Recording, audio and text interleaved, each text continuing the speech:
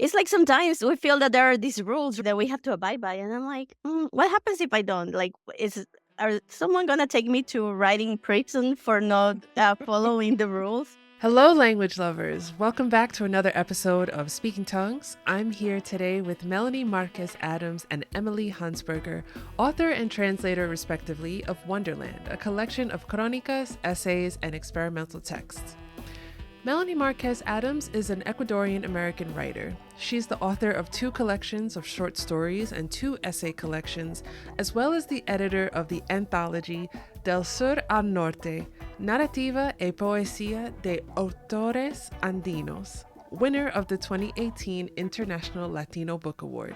Emily Hunsberger is a Philadelphia-based translator working in Spanish, Portuguese, and English. Now, I like to start each episode with the same question to each of you. What is your first language, and which languages have you learned to speak? My first language is Spanish, and my second language is English. And then there's a little bit of Portuguese that I use at work a lot, mostly reading. And then there's French that's always been kind of like my nemesis in the sense that I've always dreamed to be able to speak it, to be fluent in French, and I've gotten to intermediate level, but then because I don't practice it, then it goes back to beginner level. And so anyways, but it's something that it's still, that it's there. And one day, even if I'm 60, 70, I'm going to do it. I'm just going to live like a whole summer in France and I'm going to be fluent. So What a great that's, yeah. idea. I'm going to come with you because I'm on the same journey with trying to learn French. How about you, Emily? Well, I have the same languages in different configuration. My first language is English. My second language is Spanish. And then Brazilian Portuguese, I started to learn in an academic setting my senior year of college. I never thought I'd use it, but then I ended up using it for work and getting to know some Brazilians in the DC area when I lived there. So I had some friendships, and I still do translate from Portuguese in my translation practice, which is what I do for work. And I also studied French and never use it, but occasionally feel like I can read or get a sense if I'm watching a show or a movie or something. I'll pick up a little bit, but keeping up languages and developing them takes so much time. So yeah, I'm also looking forward to whatever wonderful things I'm going to do in my retirement that I can't do now. Yeah. So we're all going to France to study the language. That's the For plan. sure. That's I the need a lot of bread and cheese and drink wine all day. and wine. Yeah. Yes, absolutely. I love this. I love this idea. I love this idea. Melanie, I want to ask you, you're here in the States and you are a writer, you're a Spanish speaker, and we know that Spanish is very spoken in the US, widely spoken, and differs regionally in the US when you're communicating. How have you been able to navigate these differences in regional Spanish, and how has it impacted your work as a writer? Well, on a personal level, it's been a really enriching experience because I feel that my language, even my language that I've spoken since I came into this world, can surprise me every day because, of course, here in San Diego, there's a lot of Mexican culture, right? So, for example, my best friend in San Diego, she's from Tecate, which is a town near the border. And she has expression and words that I had never heard before. And even, yeah, and even the way her Mexican accent is in Spanish, it's different than the one that I'm used to in the mainstream with the telenovelas coming mostly with actors from Mexico City, right? And like that, like here, there are people from everywhere in Mexico. And Mexico, sometimes we just think Mexico as Mexico City, Cancun, just these landmarks that we have in our minds, especially when we haven't visited the country too much. But it's a huge country, and there's so many idioms and expressions and even accents that are very different from each other. So to meet different people from Mexico here in San Diego, and even when one of my best friends, she lives in Mexico City, and I visited her a couple of times. And for me, Mexico is this like mysterious land that I look forward to exploring. That's one of the advantages of living in San Diego. I'm so close. I mean, I can just walk to the Tijuana Yeah. airport, and from the Tijuana airport, I could go anywhere I want in Mexico. So I'm trying to take advantage of that for sure. And then, for example, last summer I visited Spain. I went to Spain, and just being there, being exposed to this other Spanish, Mm. which kind of, and we have a complicated relationship, right? Latin Americans and Spain. There's this whole like heavy history, right? But at the same time, I just really, to me, it's just incredible to be able to communicate, even though, of course, there are things that to me they sound funny of the way they say it, these expressions, this accent, right? And for them also, some of the things I say they find funny. But at the end, we're able to communicate, which just shows human beings in general. We can be different, but we can definitely. There's a connection beyond that Mhm. that can bring us back to our humanity, which is what at the end connects us, right? Makes us build that empathy. And even though we haven't lived the same experiences, the same exact experiences, there's something at the core of those experiences, the emotions that are the same, that can translate between cultures and different ways of speaking the same language or even different languages. And I think that is what gets reflected into my writing, or that I bring into my writing. Because, of course, in the creative moment, there's not an intention, there's not a conscious decision of, oh, I'm going to incorporate Spanglish or this new Mexican word that just kind of, in the moment after the revision process, I'm like, why did I choose this word, this particular word? And that's when I discover how much Mexican Spanglish has influenced me personally, the way Yeah. that I speak in my everyday life. And of course, that's gonna sink into my writing. And of course, my Spanish is not gonna be the same as when I was living in Ecuador. And sometimes that didn't sink in. So Mhm. I had to really be very selective and filter out Yeah. the feedback that I got. But it was challenging my particular situation because Yeah. I was the only one that in the workshop that wasn't coming from Latin America and just writing in that same traditional Mhm. way that they are used to writing. Because we have all this magical realism, just tradition of this is how you're supposed to write a short story. And then the crónica, which comes from journalism in Latin America. Also, the crónica has its own rules. But I just love to break the rules. Like I'm always just that's why I don't get invited to parties. I'm not the popular girl because I'm always resisting what it's supposed. This is the way it's supposed to be. I'm like, no, I'm just gonna do it my own way. Yeah. So let me ask you, and you're facing this resistance and you're supposed to, in quotes, write a certain way or present your work in a certain way as a Spanish language writer.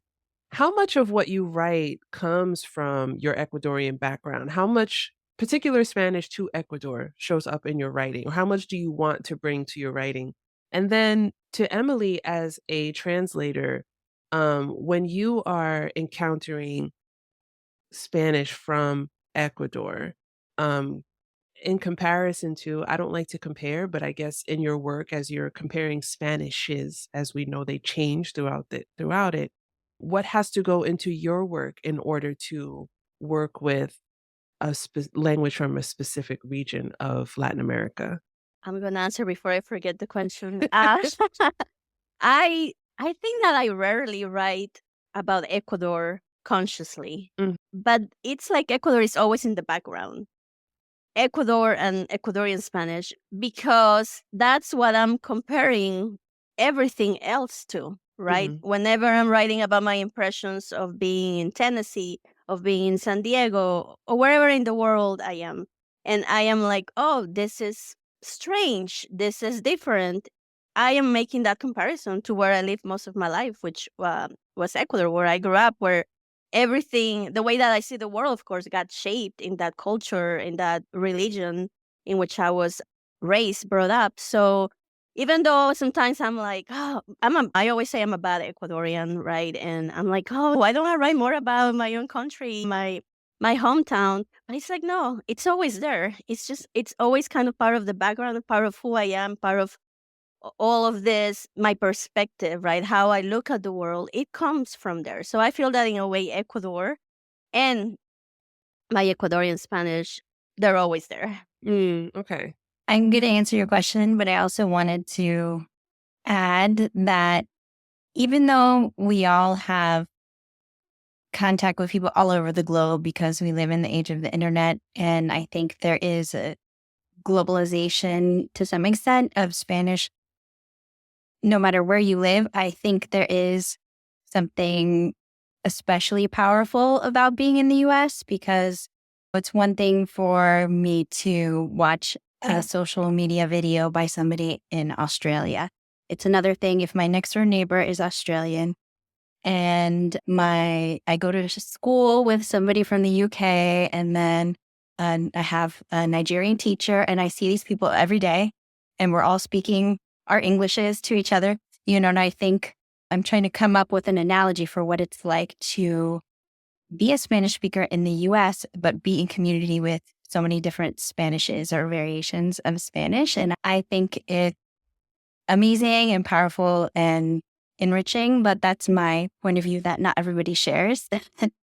And I will say that specifically with Melanie's writing and translating and working with Melanie, we have the advantage that she's living, we know each other. I can consult with her if there's something I don't understand. If you're working with an author who's not living, or you just don't have a way of being in touch with. But in terms of things that you wouldn't be able to easily find on the internet, like slang phrases that you could search if you weren't familiar or you had a question about. But I think also because, yes, Spanish is my second language, but I didn't develop Spanish by going and living in one specific geographic location for many years, and that's the core of my Spanish.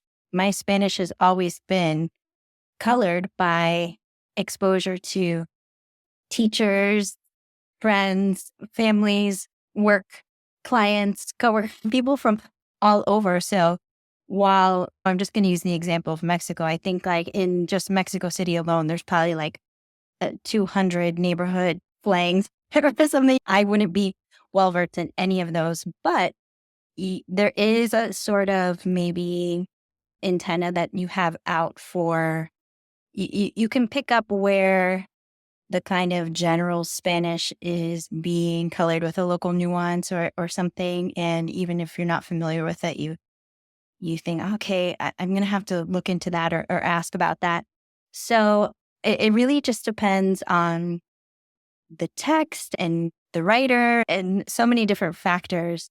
But I think specifically one of the things that I so enjoy about translating Melanie's work is I feel like we have the same suite of languages in different configurations. It's like we both live in the US and we both have done some of the same things, like been Spanish professors and been kind of operating in these worlds. So I almost feel like her writing is reflecting another perspective on a reality, but that we share the reality.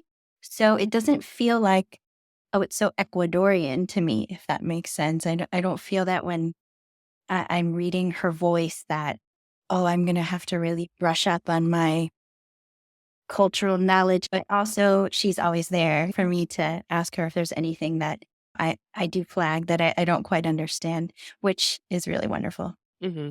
I asked that question because it's so fascinating to me. The way that Spanish is pronounced throughout the Spanish-speaking world, I think is just so fascinating. And it's amazing to me how much cultural knowledge you have to have.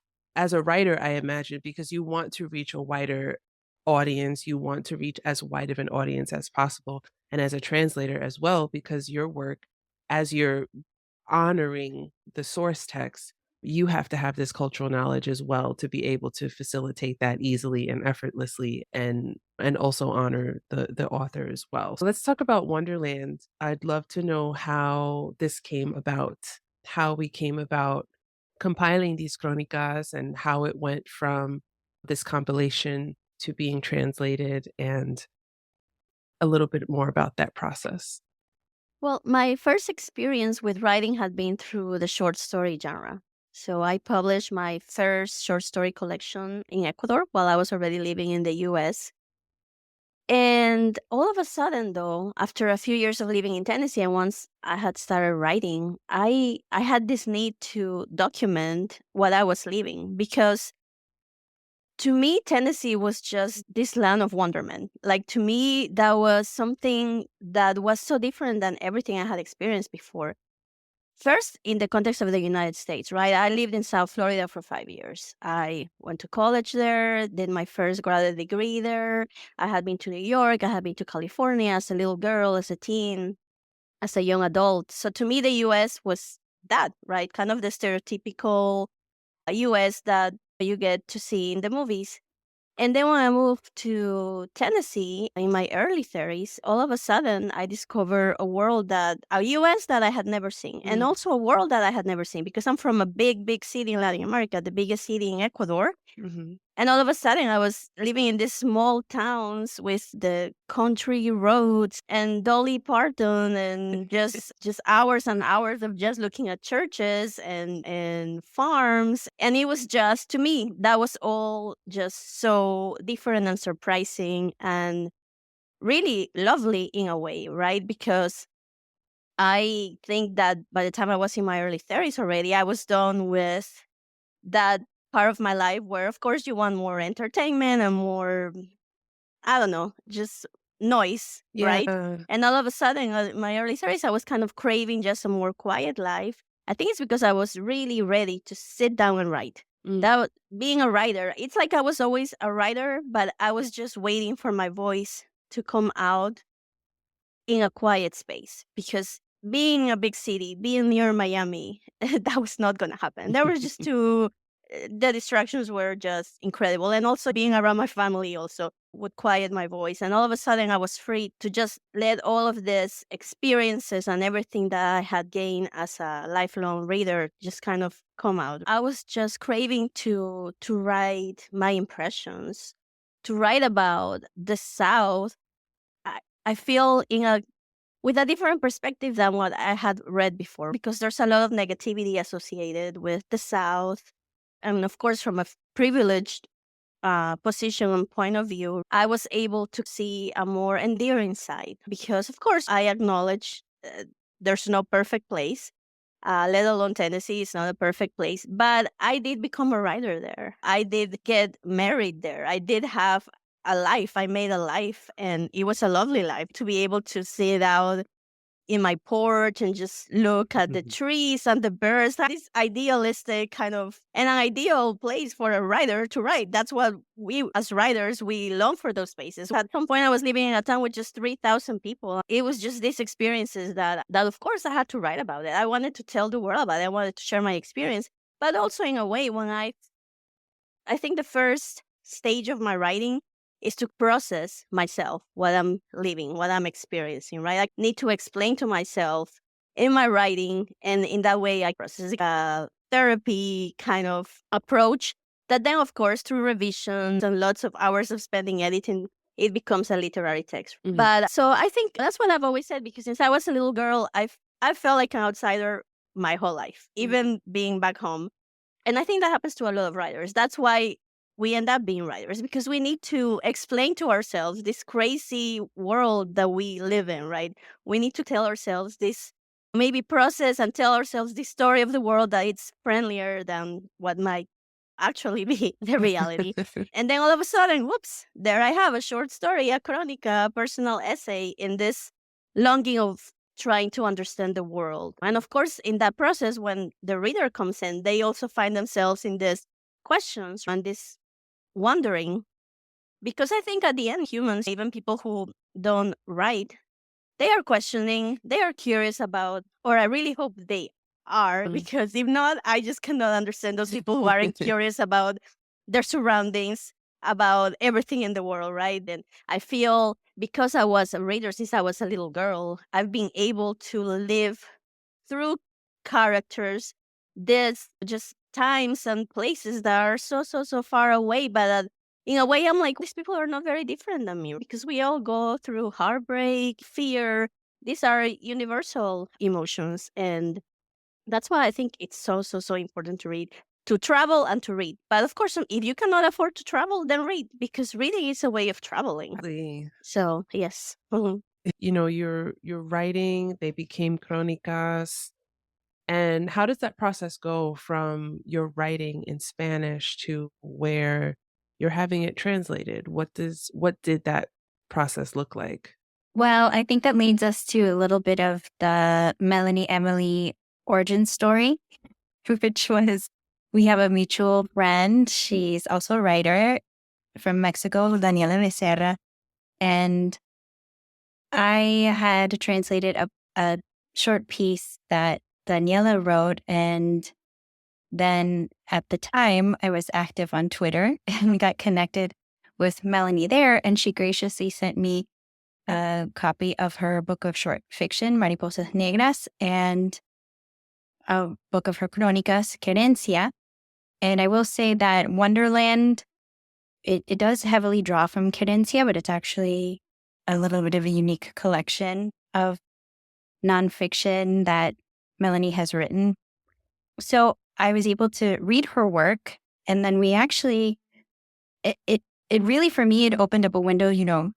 I've always been very passionate about the U.S. being a Spanish-speaking country and looking at Spanish in the U.S. and all of the artistic and cultural and political, like whatever you could think of contributions of the community of people associated with Spanish language in the U.S.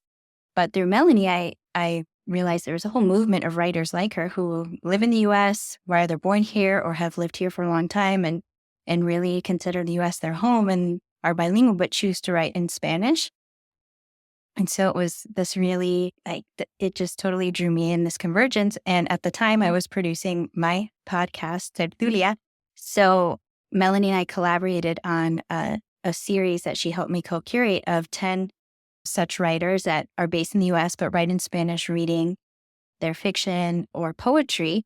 And so we did the series together. And then at the same time, I had dipped my toes at translation a little bit, like I mentioned with the piece by Daniela, but I was starting to do more literary translation. And I asked Melanie if I could translate some of her crónicas. And we had some success in actually placing a couple of those in literary magazines. But it was really Melanie's relationship with Mouthfeel Press, which is a Latino-owned independent publisher based in El Paso, because they're publishing her newest collection of short fiction, Amphibious. It was her relationship with Mouthfeel that actually led to us to being able to work on this project in terms of a collection of her crónicas in English. So it was a winding path of different collaborations, but I think for me, it was really almost like a fortuitous or meant to be convergence of something that I had always been passionate about, but I had always put my literary translation aspirations like on the back burner. Oh, in retirement, right time. But then the pandemic hit and I was like, actually, there's no time like now to do things that really make you happy. So to meet Melanie, to understand that, wow, there's this whole movement of writers who really find it important to creatively and artistically express their experience of being part of the fabric of this country in Spanish, and then to be able to find a way that makes sense to translate that into English, which is a nuanced thing for me too. I just feel really grateful and fortunate that convergence happened. That's amazing. And I love that you're pointing that out, that there is a group of writers in the US who are insisting upon, and I say that in the best sense, writing in Spanish, because as you said, Emily, as you've said before on this podcast, the US is a Spanish speaking country. And I think that being able to express that through writing is so powerful. And I hope that it continues to be powerful for more of us and for the next generations to really understand different perspectives and different ways of living in the United States. And all of those perspectives are important and valid.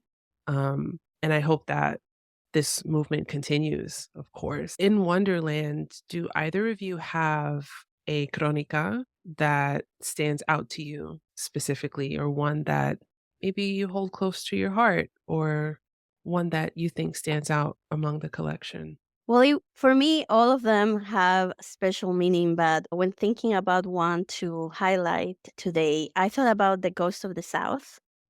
I feel that Crónica is very special because it's very experimental. I play with blending, resisting genres, right? the way of, oh, you should write about this in this way. And I'm like, well, how do I write a little bit of my immigration story in my own way, in a playful way? And that's how The Ghost of the South came to be. And it's like resisting fiction and nonfiction. I can use them both to write my story. Who said I couldn't?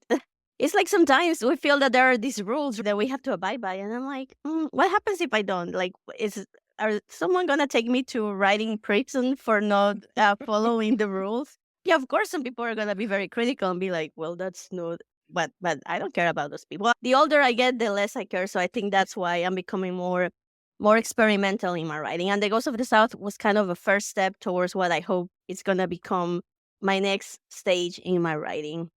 Because like I told you before, there's such a heavy tradition for Latin American writers on how short story or crónica should be written. And I want to get away from that. Right. And then also we have this feminist entity, as I see this character of La Dama Tapada, right? The veiled lady, which comes from very traditional legend of Guayaquil, my hometown, right?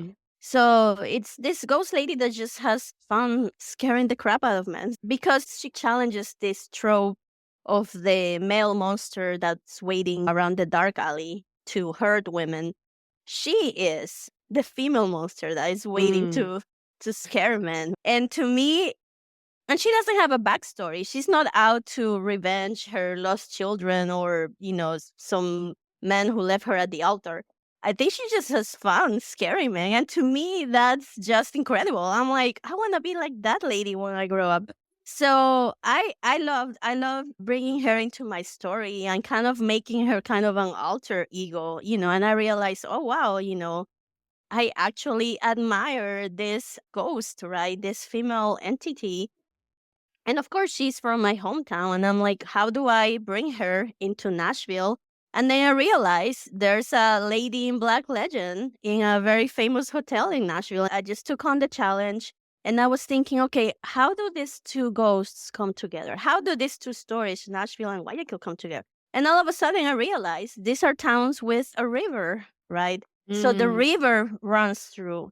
And all of a sudden I also realized, oh my God, there's this river that just runs through the lady in black, through the Dama Tapada, and through Melanie, right? Because I grew up near the river, and all of a sudden I realized how important to be near a body of water is to me. And all of this kind of like, and that's where the best stories come from, where there's these different ideas that all of a sudden come together.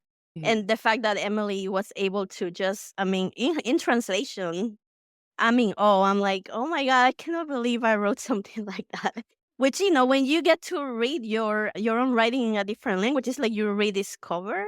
Yeah. Like you're able to kind of separate yourself and get a little bit of the experience of just being a reader and not the writer. And you're like, oh wow, this is really good. And not to, but it's an amazing experience. It's such a privilege to be able to have a translator, and especially a translator like Emily that just gets my writing, right? She's just, they say that translation is like, it's that your translator is just your number one reader, your most intimate reader, and to have someone who decided to take on my work and to just put so much care and time, it's an amazing experience. So I'm very, very, very grateful to Emily. I've actually never really heard Melanie talk in that little detail about that crónica, but that was the very first one I translated. I don't know if you remember.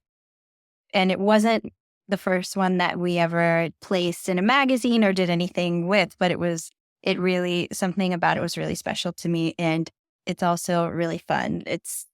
The humor and the cleverness were really fun to try to capture and recreate in English.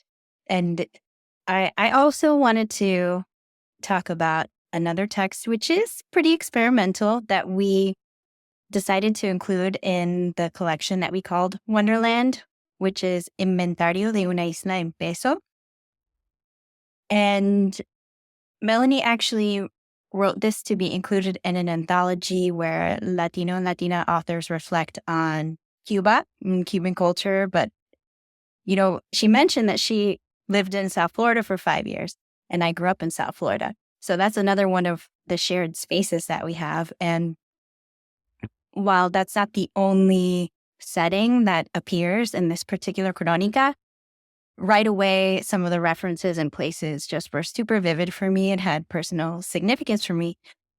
But apart from that, just what she actually did with the text. So inventario means inventory. And so she had kind of a structure of naming things and experiences and giving the number. But also she spliced in fragments of an epic poem by 20th century Cuban poet Virgilio Piñera. And the name of that poem is La Isla en Peso. So I really just found everything about this piece of writing personal and challenging and creatively interesting. And I just ended up having 2 versions. And then I participated in a workshop with American Literary Translators Association.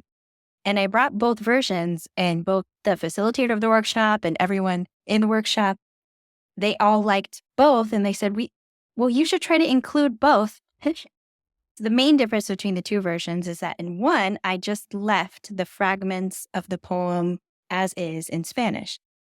And in the other version, I translated the fragments into English.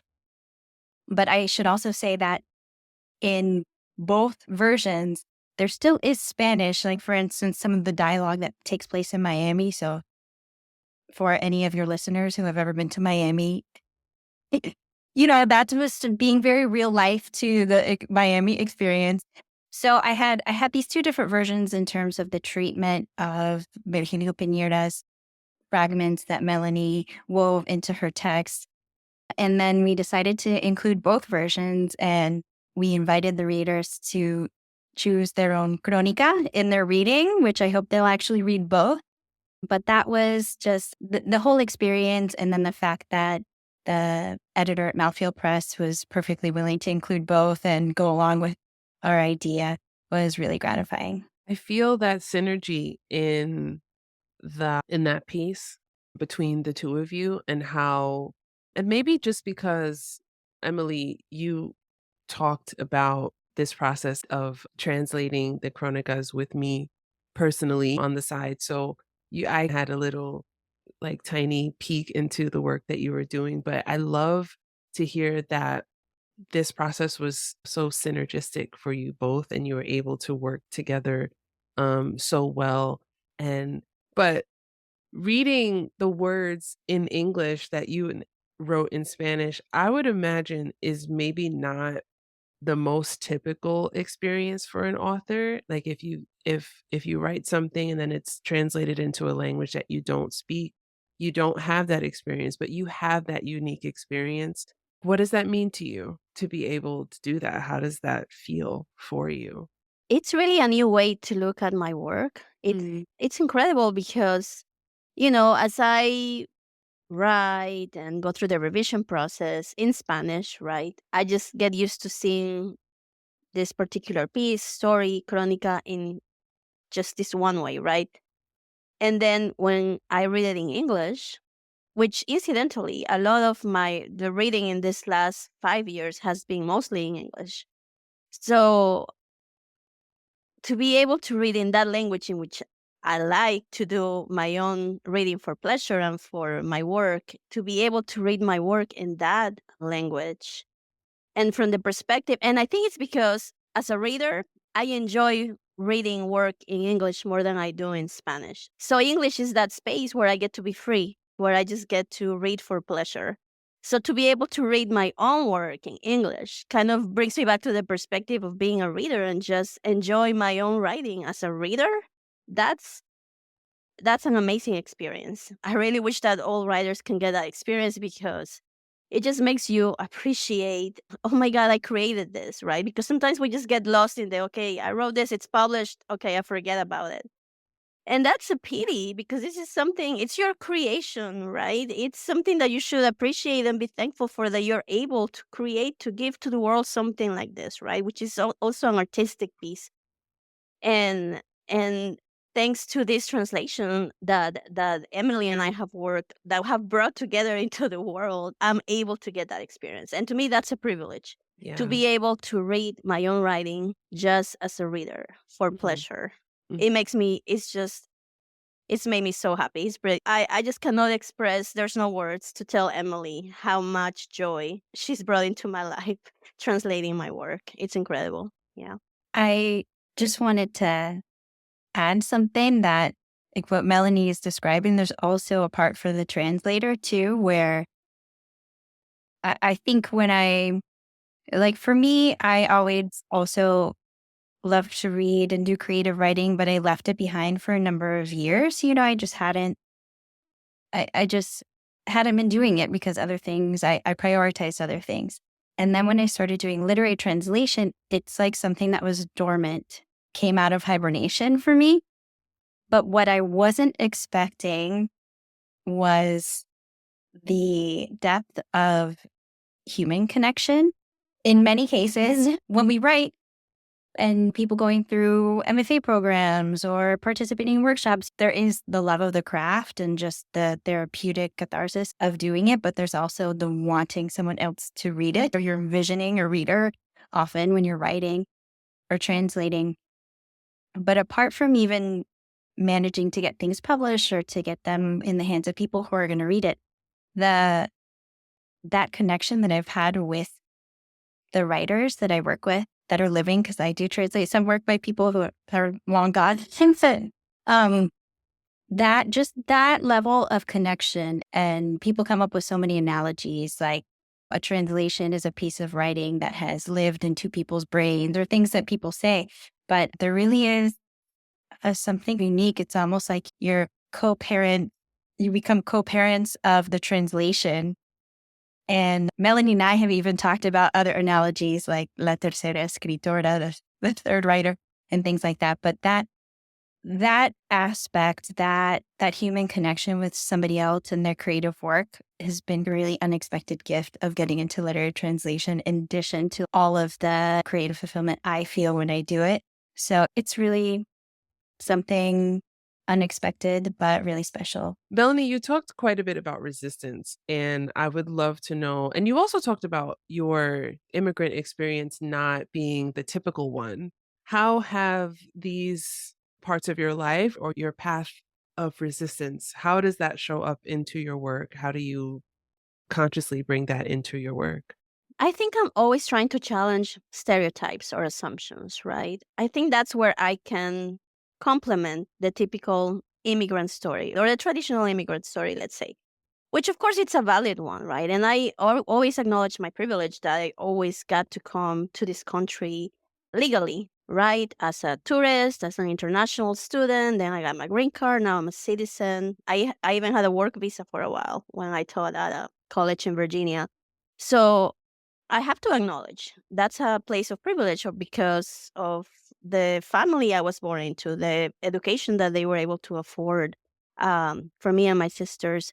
So that kind of made me think for a while that I didn't get to tell my immigration story because there was no pain or poverty or escaping from a country with all of this political upheavals and cartels and all of that, right?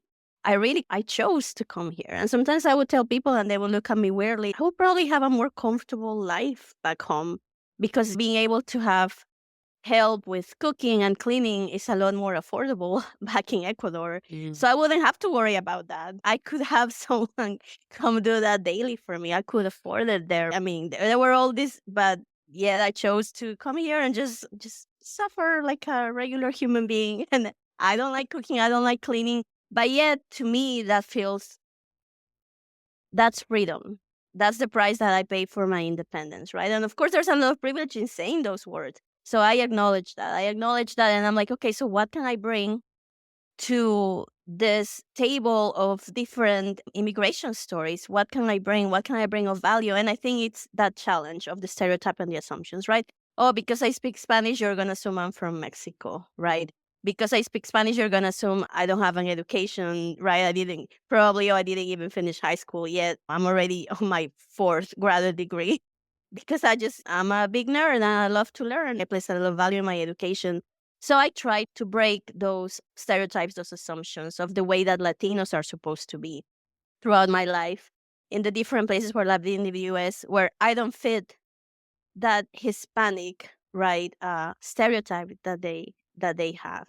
And so I just, I think that's why I'm resisting in my writing, right? Just for, Latinx and humans in general, as a Latina, as an Ecuadorian, as someone who chose to live in Tennessee, as someone that now lives in San Diego, all of a sudden I kind of lost my writing identity because I was the Latin American writer who was writing in Spanish about the South. And that made me feel very special. And now I'm in Southern California where I'm like one more of, and I'm like, no, but I'm falling into that.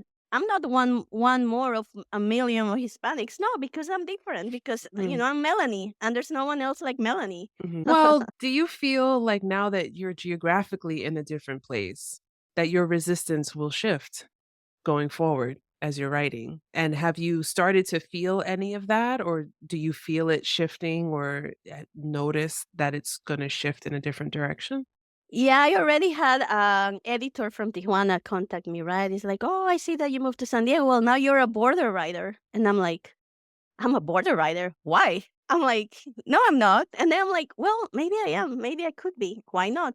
And then once again, it's like, well, maybe now I'm a border writer too. I can be an Ecuadorian writer too. And I can be a writer that came from writing about the South. And I can keep writing about the South if I want, because now I have the perspective of being, with the distance comes a different perspective, right? Maybe a little bit of more nuance, because while I was there, I was just in love with the Smoky Mountains and Dolly Parton and all of that. Maybe a little bit of more naivete in my writing about the South. And now I can maybe see it more objectively, but I still get to write about that. Who said that I cannot be all of these different writers, these different parts of me can come together, both in my personal life, in my writing. I get to be whoever I want to be, in my writing, in my personal life. I don't have, sometimes I feel more Ecuadorian. Sometimes I feel more American.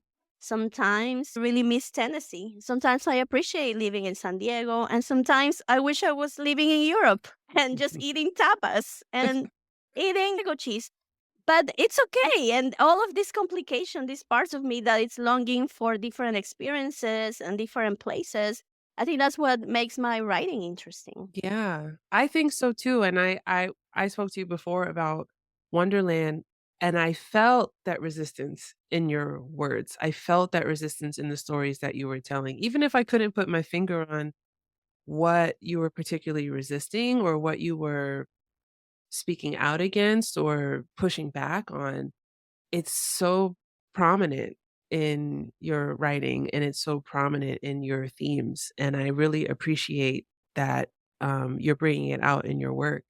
Emily, I would love to know from you, as a translator and as you're translating this period in Melanie's life through her crónicas, was there something that you learned about her experience, or something you learned about her experience using Spanish over English, or her experience being an immigrant to this country? Was there anything that you learned about her through her writing and through this translation process?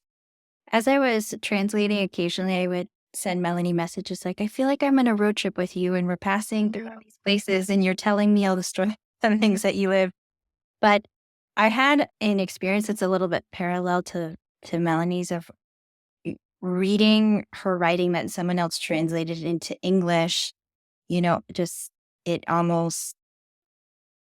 almost like your brain gets a refresh on reading the same thing. And you're like, wait, I wrote that. But for me, it was getting a refresh. I think it was when we got the initial proofs from the publisher, because at that point, many months had passed from when I had completed the manuscript. And in the process of translation, I think, at least for me, even the creative aspects and the emotional dimension of the text you're working on, you start getting so granular that it becomes a very technical process. You're thinking, oh, I see the image that she's doing here and like the device that she used, and let me see how I can work that out.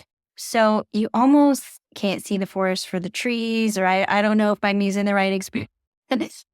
But I had like that brain reset and refresh looking through the proofs and reading through the proofs. And I thought of a specific example, which is Chronicles of My Own Personal Narnia.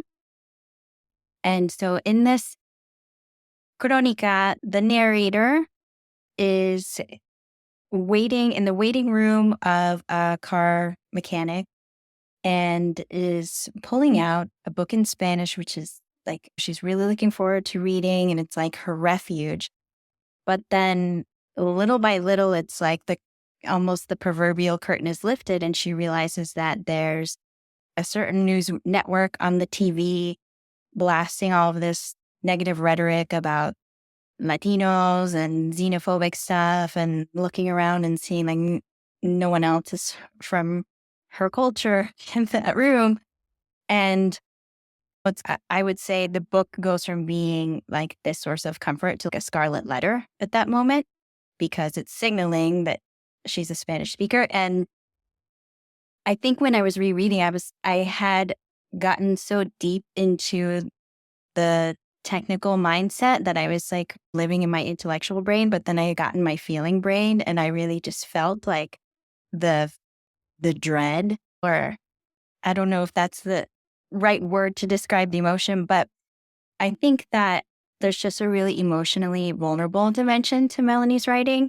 And even though we can't say that it's like creative nonfiction, so the narrator isn't equivalent to Melanie herself, but I think obviously it's like reading somebody's journal in a way. It's like, wow, I really got to sit with that emotion of that moment, whether or not that exact scenario is from your life, Melanie, but just that vulnerability that comes through in your writing, that even though I translated it and I was rereading my translation of your writing, it was like a moment that I was able to just really let it impact me organically. Well, actually, that crónica, sometimes I forget about it. I forget about going through that experience because I feel that sometimes I kind of block those experiences out I think in my own innocence of trying to see life in Tennessee as this just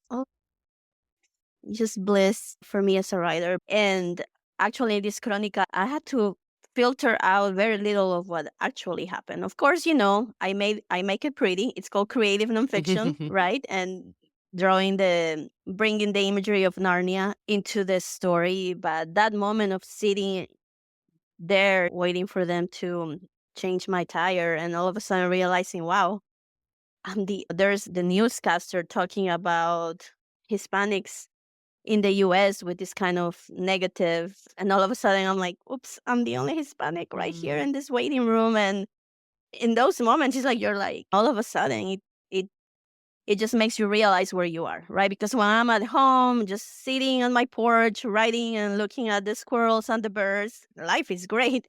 But then it's in those moments when I was actually interacting with other people in that town, which happened very little, right? I was I was living in my own writing retreat for months and months and months. So when I actually had to interact in real life with some of these people, it was like, oh, wow, that's when I felt it, right? So I'm glad that Emily, as a reader, that's what she felt, because I think that was kind of, of course, in the creative moment, I'm not thinking that, right? But then after it's published, you're like, well, I really hope that whoever reads this kind of feels they're sitting there in that waiting room and having these feelings that I'm having, right? Nothing really bad per se was happening. However, in that moment when you realize I'm very different than everyone else in this room. And imagine, like I mean, something could happen, something maybe won't happen, but still there's that realization of otherness that is very, very unsettling. I want to ask you both, a question to both, whoever wants to take this one first. What do you hope that readers, whatever their background, immigrants, Spanish speakers, people who love to read, what do you, in either language, what do you hope that readers will take away from reading these crónicas, from reading Wonderland? Well, in general, I hope that it brings them a sense of wonder. Like, look at the world around you, right? Look at it with curiosity. Let's be curious about our world because there's so much beauty and pain to be discovered, and both are important in our human journey. And also to build empathy for others, for other experiences, right? So, okay, so what's happening there? What's that family doing? They are, you know, are and in that moment, even though you never actually get to ask them, when you just question, when you just think about these different realities that are around you, that's going to bring awareness to your life. And it's kind of living in a more, I don't know, enlightened dimension, maybe, right? And to me, that's why not choose to do that. So well, that's the first thing. And then I just hope they also question their environment, the rules. It's like, oh, why are we supposed to do this way? Why are we supposed to follow this politician or influencer or whomever or celebrity? Like, why?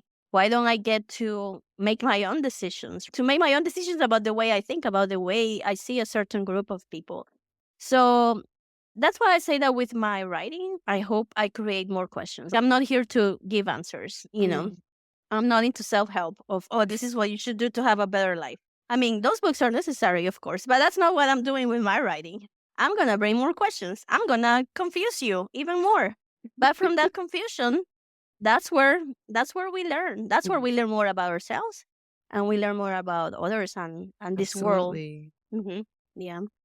I hope that the people who read this book will be able to, like I was saying before, let it impact them organically and appreciate the perspective of someone who is not born in the US, but who clearly has great affection for this country and feels a sense of belonging and connection to many places and aspects of our culture and geography, but also has a lot of insight and observations and critical thinking, like examination of America.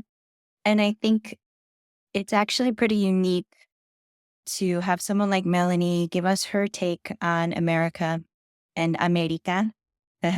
Because the book is Wonderland, Crónicas of Belonging in America. So she offers us that outsider objectivity and insight, but she delivers it with understanding and the empathy of an insider. Because like you were saying, sometimes you feel more American, sometimes you feel more Ecuadorian, sometimes you feel like, let me just be in my own category, stop putting the labels on me. And I think too, it's a sweet and sour candy or something. The maturity and the emotional intelligence to be able to offer this commentary or just simply a record of experience, but that's not tinged with this. And this is how horrible it is. Can you believe it? Kind of narkiness, I guess I would say. I think that's hard to find. And I think the way that Melanie writes is almost has the potential to create those conversations and questions and be more impactful. And I want to say there was this French male philosopher, writer, de Tocqueville, who like traveled to America. And I can't remember if it was 19th century, 20th century, but he like wrote all about like his impressions of America. And everyone, you know, I think in academic settings and for at least a while, really valued because he was offering this French perspective on America. And Americans were like, ooh, what does he think? Melanie and I talked a lot about the history of the Crónica itself, which was European men out to plunder and exploit that came to the Americas and would write these crónicas, records of their experience, and like send it back for the people in the old world, entre comillas, to read about the new world. So kind of how the crónica has evolved over time. And then with Melanie's writing and the way she subverts that and questions that and resists that idea, but and still calling these pieces of writing crónicas, making that connection with saying this is a different voice. That's a crónica of America. That's great. That's a great connection to make that, and that kind of taking it back, reclamation of that word, of that experience. This is definitely a wonderland. This book, this does take you on a journey, and I do, as I was reading it personally, I did feel like I was going along, like you said, Emily, I did feel like I was going along on that journey as well with you, Melanie, the writer. So I love this collection so much, and I'm so happy that you wrote it, and I'm so happy that you translated it, and I'm so happy that you worked together on this terrific piece of work. For our listeners, can you please let us know where we can find it and where we can find both of you? Well, you can find me with Mel Márquez Adams, Facebook, Instagram, and also if you just Google my name, you'll get access to lots of interviews and links to my books, to my Amazon page, and hopefully very soon a link to Wonderland will be there in my author page on Amazon and my different platforms. We're hoping to get a link to be able to pre-order the book very soon. And for me, I'm not currently active on social media, but if you put in my name, emilyhunsberger.com, which hopefully we can spell or provide a link in the show notes or something, that will redirect to my website, which is tertuliaspanish.com. And that's got some more information about me, and it has my portfolio, not just for literary translation, but other types of translation that I do as a freelancer. And Mouthfeel Press, the publisher of Wonderland, currently has the book on the website, but we want to make sure that the Speaking Tongues listeners have an active link for pre-order. So we'll make sure you have that when that's available. Okay, terrific. I will add that along with the links to your websites and socials in the show notes for this episode so that people can click and get in touch and buy the book, buy the book, buy the book. People can do that right away. This has been such a terrific conversation that I've had with both of you. I feel like there's so many more things I want to say, but I know we're approaching time. So I want to thank you both so much for sharing your work, sharing your process with me, with my listeners, and this has really been such a pleasure. Thank you so much, Elle, for having us. This is our first interview related to Wonderland, related to this project that it's so dear to us. And I'm so happy that we got to do that with you. I'm very, very happy, and thank you so much. Oh, thank you. Thank you. I want to ask just really quickly if you want to mention anything else that you're working on or anything else that maybe we can touch upon if there's time. I can talk about my short story collection. Well, speaking about Mouthfeel Press, they recently published my new short story collection, Amphibias. It's in Spanish. And the theme of all the stories, what brings them together, is atmosphere of domestic horror.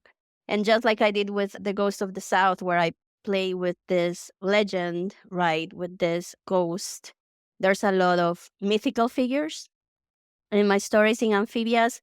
And once again, I kind of give them my own perspective, trying to resist, to challenge the trope of the fairy tale, of how women are supposed to be perceived within this fairy tale, and give them their own voice. So we're not just concentrated or just looking at the female character as just a trope of this fairy tale, right, with the happy ending. But no, she has her own voice, and she has her own agency. So I'm very happy that this finally is out in the world, Amphibias, and you can find and you can get the book through Mouthfeel Press.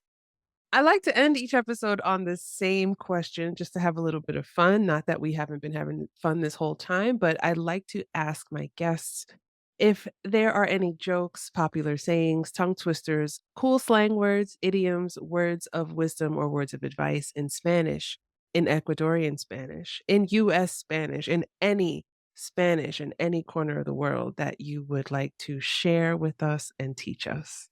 An expression that's very popular in Ecuador is lo bailado, nadie te lo quita, which Emily and I came up with translation that it's what happens on the dance floor stays on the dance floor, which is one way of looking at it. But we know that with expressions, depending on the situation or your background or what you're going through, you're going to get a different perspective.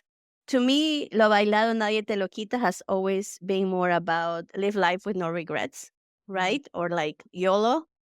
But I really feel that at the core of that expression, especially how I use it with my sisters who are my best friends, and we're always talking about all of the things that we regret. And it's like, probably shouldn't have, had all that wine, or probably shouldn't have gotten those shoes.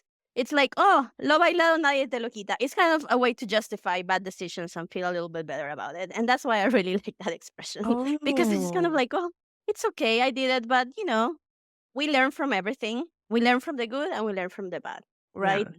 And though I think that, of course, we have to learn from these experiences and try to be better the next time, I feel that all of our decisions and choices, even the not so good and smart ones, have shaped us into the people that we are today. Yeah. Can you teach it to me really quickly? I can repeat Mhm. after you.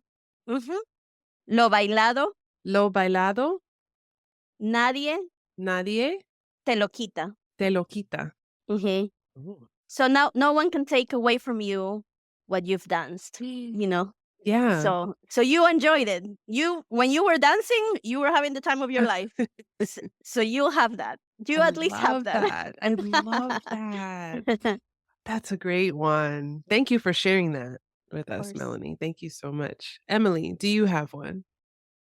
The one that I brought for you, Elle, is one that shout out to my friend Susana Lopez, who's from Ciudad Juarez in Mexico. And she told me that this is one that her mom would always say. So maybe a little bit of older generation, but grandmothers have a lot of wisdom that they repeat. So the dicho, the expression is ande yo caliente y ríase la gente. And the literal picture that this brings to my mind is like, especially now it's so cold, like you have a Sherpa hat with ear flaps strapped on your chin and like an ugly wool turtleneck sweater and a sleeping bag coat that's on your ankles and like bulky waterproof pants and just everything about you is very unflattering but very warm, and it's negative 15 degrees outside and you're at the bus stop and there's people trying to be cute with their little puffer jacket and their yoga pants, but they're like getting frostbite while you're standing there with them, and you're like, ande yo caliente y ríese la gente. Like, you might laugh, but I'm doing my thing. But the phrase actually just means, do what you think is right, do what you want to do and what makes you happy, and don't worry about what other people think, which is actually, I feel like, a thread of this conversation. So even though that image of like the winter outerwear helps me think about and remember the meaning of this phrase, like I just really love that sentiment, and I need to be encouraged to live that as much as possible. Me too. Me too. Teach it to me, please. There's a bunch of subjunctive in here and some like Yeah.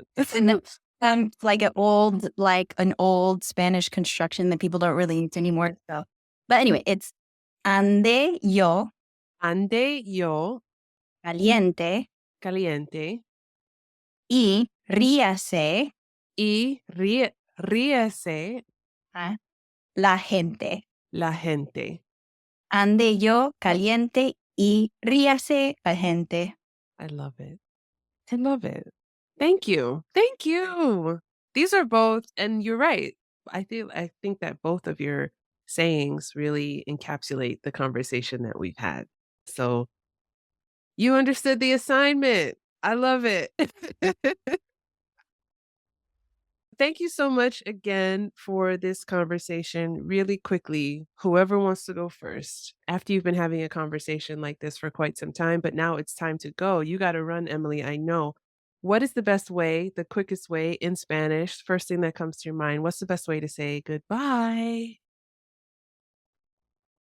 I'm going to do it the Ecuadorian way. Ciao. Ciao. Ciao.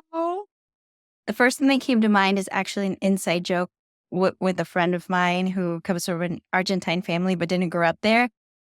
We would always do our little, like, kind of making fun of porteños, like people from Buenos Aires, and we go, dale listo, bueno, chao. Man, oh man, I'm in so much trouble, Emily. You're gonna get me in so much trouble, but ciao, Melanie, dale listo, ale ciao. Did I say that right, Emily? Dale, listo, bueno, chao. Dale, listo, bueno, ciao. Okay, I am canceled probably by all my porteños. But please forgive me, and please thank our guests, Melanie and Emily. I'll be talking to you both very, very soon. Take care. Bye. New episodes of Speaking Tongues are available every Monday, 7 a.m. Eastern Standard Time. Don't forget to subscribe to our YouTube channel and to like and share episodes with other language lovers like ourselves.